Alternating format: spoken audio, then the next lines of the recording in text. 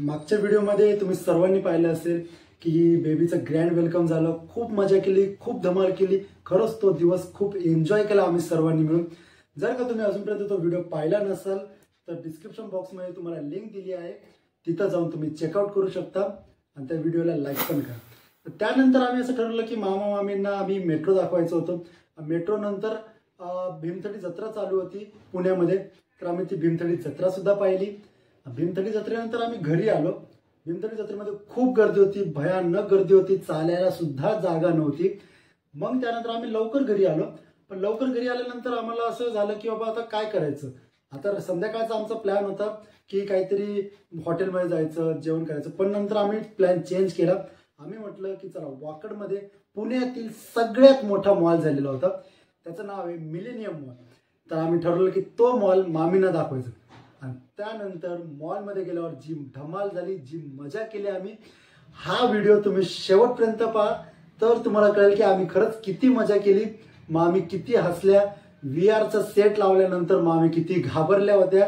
तो जो gaming section होतं तिथं VR सेट लावायचे होते डोळ्याला, त्यावेळेस मामी इतक्या घाबरल्या की नाही म्हटल्या. हा व्हिडिओ तुम्ही पूर्ण लास्टपर्यंत चेकआउट करा, तुम्हाला खरंच खूप मजा येईल हा व्हिडिओ पाहून. आणि व्हिडिओला लाईक करा. चॅनलवर नवीन असाल तर चॅनलला सबस्क्राईब करा आणि बेल आयकॉन जरूर दाबा, त्याने आमच्या व्हिडिओच्या नोटिफिकेशन तुम्हाला सगळ्यात पहिलं कळतील.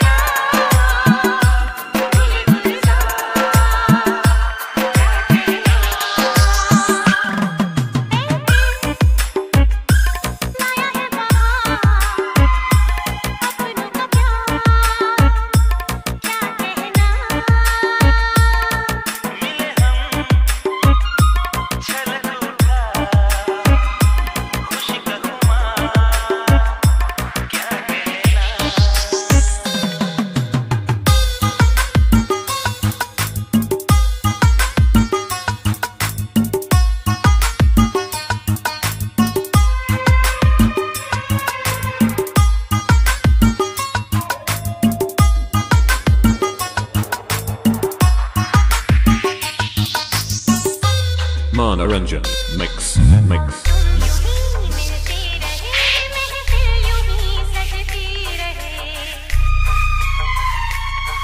बस प्यार की यही एक धुन हर सुबह शाम बजती रहे.